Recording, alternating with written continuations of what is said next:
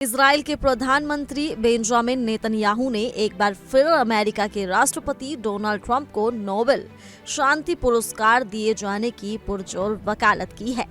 Netanyahu का ये बयान ऐसे समय में आया है जब इजराइल और हमास के बीच जारी हिंसा और संघर्ष के माहौल में पहली बार शांति समझौते की घोषणा हुई है।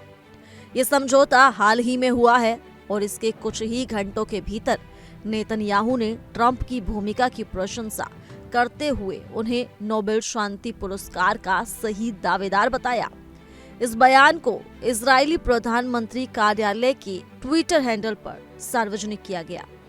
खास बात यह थी कि बयान के साथ एक एआई द्वारा बनाई गई तस्वीर भी साझा की गई, जिसमें नेतन्याहू डोनाल्ड ट्रंप को नोबेल शांति पुरस्कार देते हुए नजर आ रहे हैं। इस तस्वीर में इजराइल के झंडे हाथ में लिए लोग पीछे खड़े हैं और उत्साह में नारेबाजी कर रहे हैं। ये दृश्य दर्शाने की कोशिश करता है कि किस तरह ट्रंप को इस ऐतिहासिक पहल के लिए सम्मानित किया जाना चाहिए। इससे पहले डोनाल्ड ट्रंप ने खुद भी सार्वजनिक रूप से ये दावा किया था कि उनके कार्यकाल के दौरान तैयार की गई शांति योजना के पहले चरण पर अब इजराइल और हमास दोनों ने हस्ताक्षर कर दिए हैं। उन्होंने कहा कि एक बहुत ही गर्व का क्षण है, क्योंकि इससे ये संकेत मिलता है कि सभी बंधक जल्द ही रिहा कर दिए जाएंगे और इजराइल अपनी सेना को एक सीमा तक पीछे हटा लेगा। उन्होंने ये भी कहा कि ये कदम एक मजबूत, स्थायी और निष्पक्ष शांति की दिशा में पहला बड़ा प्रयास है, जिसमें सभी पक्षों के हितों को ध्यान में रखा गया है।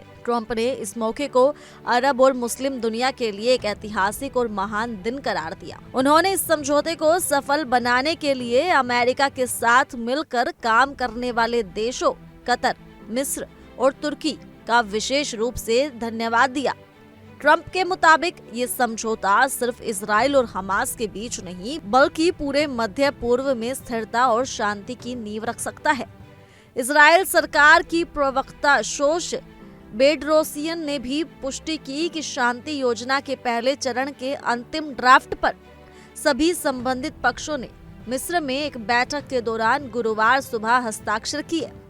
ये बैठक काहिरा में हुई, जहां कूटनीतिक प्रयासों के जरिए सभी पक्षों को एक मंच पर लाया गया और वर्षों से चले आ रहे तनाव को कम करने की दिशा में गंभीर बातचीत हुई। अब ऐसे में नेतन्याहू द्वारा उन्हें नोबेल शांति पुरस्कार का योग्य दावेदार बताना ये दर्शाता है कि इजराइल की सरकार उनके प्रयासों को कितना महत्व देती है।